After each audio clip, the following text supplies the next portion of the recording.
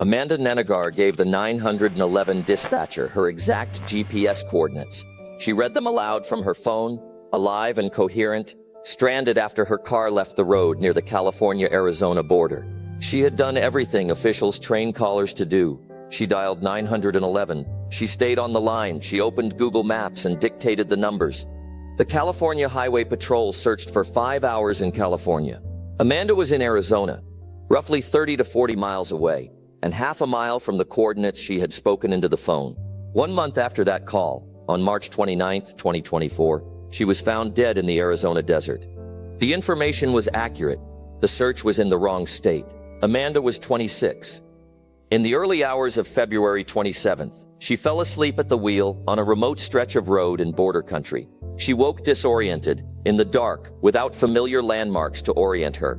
Faced with limited options, she followed the only reliable one. She called emergency services. That call should have set in motion a straightforward chain.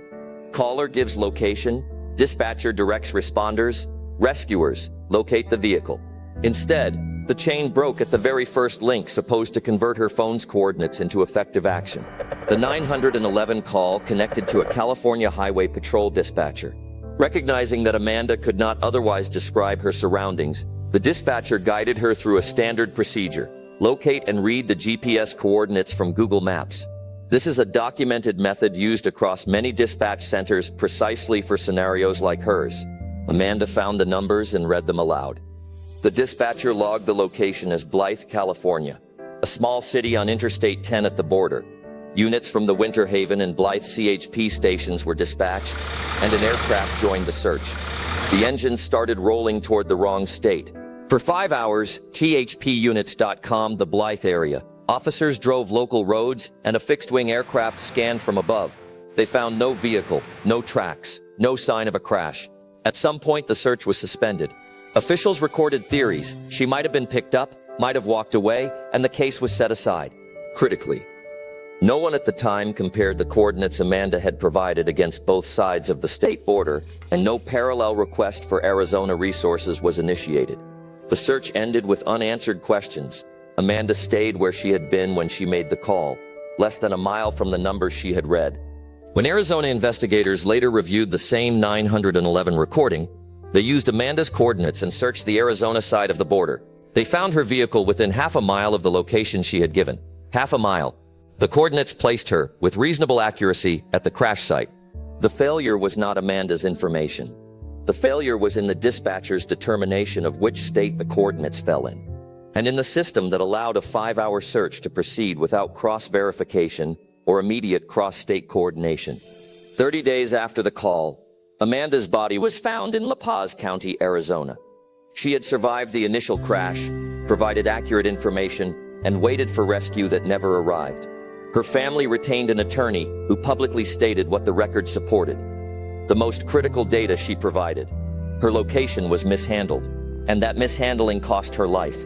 The documentation reviewed by legal counsel corroborated the sequence of events and highlighted the decisive misstep, a jurisdictional error in a moment when minutes matter. The California Highway Patrol conducted an internal review and acknowledged the search had been conducted in the wrong area. No dispatcher was publicly identified and no criminal charges were filed. Public communications emphasized the internal review process, but did not clearly explain how coordinates that were on the Arizona side of the line were logged as California. The agency offered condolences. The family received legal bills. The review did not in public form provide a transparent explanation of the procedural gap that permitted the error, or describe immediate steps to ensure it could not recur. This is not an isolated quirk. Dispatch errors involving GPS coordinates near state lines are a documented problem for emergency services. The western United States, with long, sparsely populated borders between states, presents recurring jurisdictional challenges for systems designed to route calls internally. Protocols exist for cross-referencing coordinates against boundary maps, and for contacting adjacent jurisdictions when a location is ambiguous. The question is whether those protocols are consistently followed, tested under stress, and enforced when the cost of failure is human life. Amanda Nenigar's case exposed a specific vulnerability. When a caller's coordinates place them near a jurisdictional line, the routing decision becomes a potential point of catastrophic failure. After her death, advocacy groups cited the case to argue for formalized, tested cross-state coordination protocols and for dispatch systems that automatically flag border coordinates for parallel searches. Some jurisdictions reviewed procedures. Whether those reviews led to binding, implemented changes across the patchwork of dispatch centers remains an open and consequential question. Amanda Nenigar called for help, read her coordinates, and did everything asked of her. The system had one job: use the information to find her. It searched the wrong side of a state line for 5 hours and then stopped. She was found a month later, half a mile from the numbers she had given and too late. Subscribe to Case Files TV, because when someone calls for help and gives their location, finding them should not be the variable that fails.